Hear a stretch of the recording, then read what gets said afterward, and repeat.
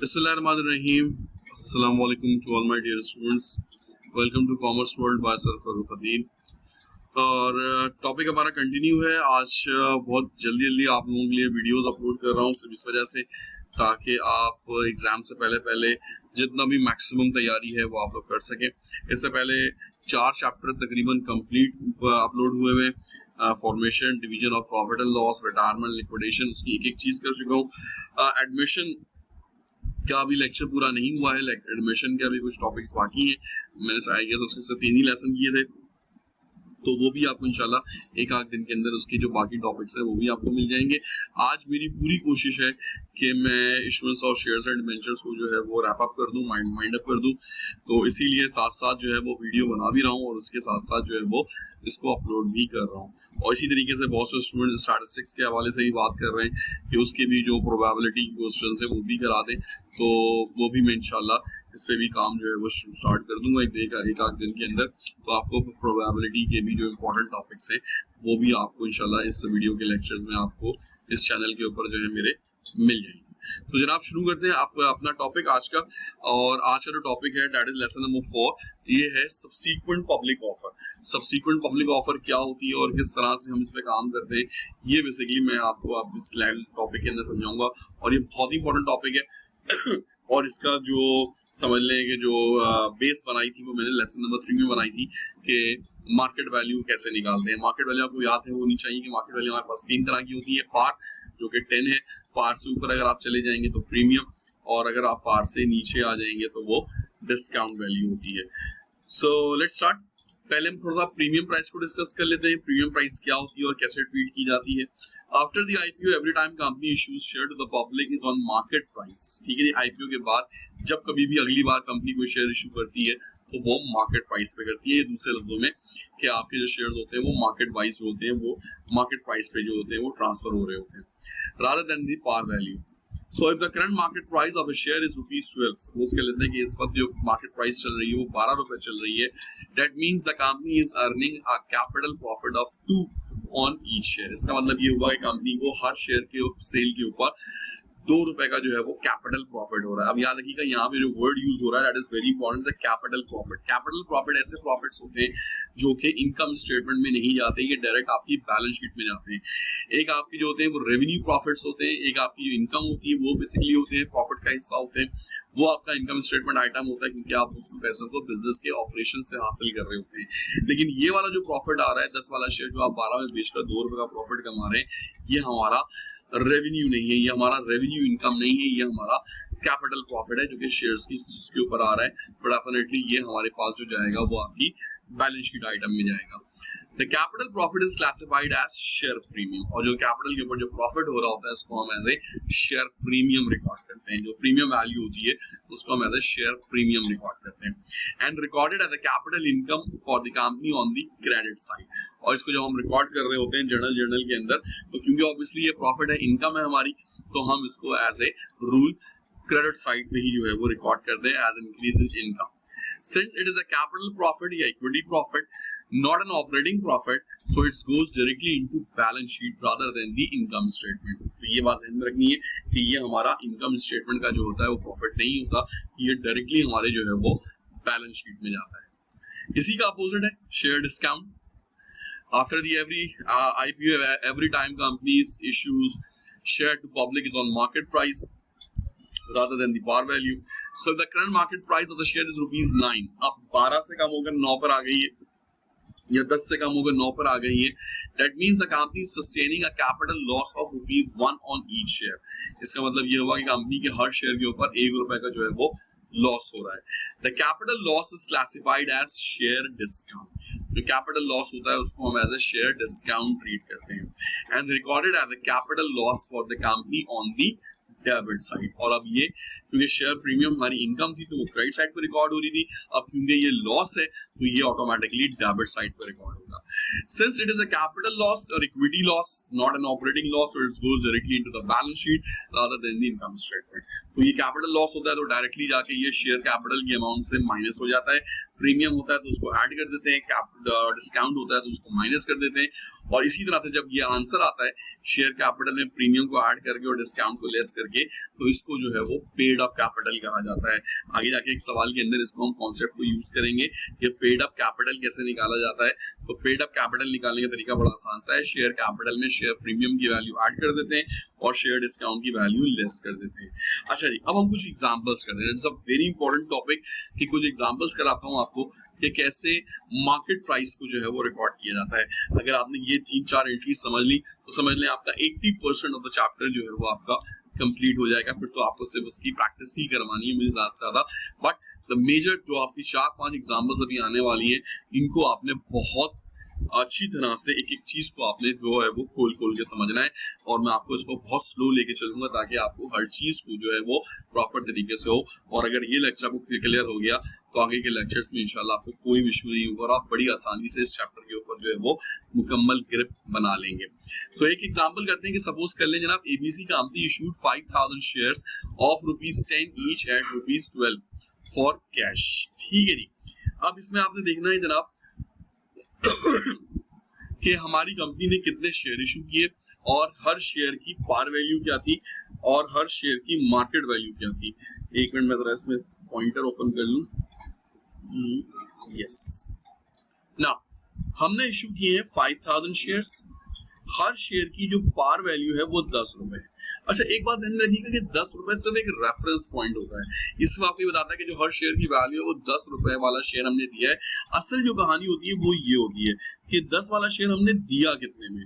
तो ये जो 10 वाला शेयर हमने दिया है ये हमने 12 रुपए पे दिया है और इसके बदले हमने मार्केट से क्या उठाया है, इसके बदले हमने मार्केट से कैश उठाया है। इसका मतलब जो हमने शेयर्स दिए तो हमारे पास कैश आया। अब कैश जो आता है शेयर्स का जितना भी काम होता है वो सब बैंक के थ्रू होता है। इसका मतलब हमारे बैंक में 60,000 रुपए आ जाएंगे। कैसे आ जाएंगे 60,000 रुपए? क्योंकि हमने 5,000 शेयर्स दिए थे और हर शेयर की जो वैल्यू थी वो 12 रुपए थी। इसका मतलब ये हुआ कि 5,000 को जब आपने मल्टीप्लाई कर दिया 12 से तो 5,000 multiply by 12 that is equal to 60,000। अब हम चलते हैं क्रेडिट साइड के ऊपर। क्रेडिट साइड रिकॉर्ड करना बड़ा इंपॉर्टेंट है और इसको समझना बहुत जरूरी है।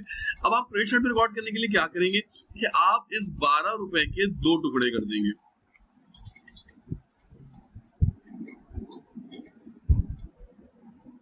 इस 12 रुपए के जो है वो 2 टुकड़े हो जाएंगे, इसको 2 हिस्सों में ब्रेक कर देंगे। अब मैं आपसे पूछूंगा कि आप 2 हिस्से कैसे करेंगे, तो मैं आपसे पूछूंगा कि इसकी पार वैल्यू क्या थी। आप कहेंगे जनाब इसकी पार वैल्यू जो थी वो 10 रुपए थी। ठीक है जी, मैं क्योंकि टच पैड से लिख रहा हूँ थोड़ा सा लिखना मेरे लिए टफ होगा, लेकिन पूरी कोशिश करता हूँ कि आपको समझ में आए। और आप कहेंगे, मैं आपसे कहूंगा इसमें प्रीमियम कितना है, तो आप कहेंगे जनाब के 12 रुपए में जब 10 पार हो गई है तो यकीनन प्रीमियम जो होगा वो 2 रुपए होगा। इसका मतलब 12 रुपए को हमने 2 टुकड़ों में डिवाइड कर दिया, 10 अलग कर दिया, 2 अलग कर दिया। जो 10 रुपए अलग किया है वो जाएगा शेयर कैपिटल के अकाउंट में और जो 2 रुपए अलग किया वो हमने जाएगा शेयर प्रीमियम के अकाउंट में।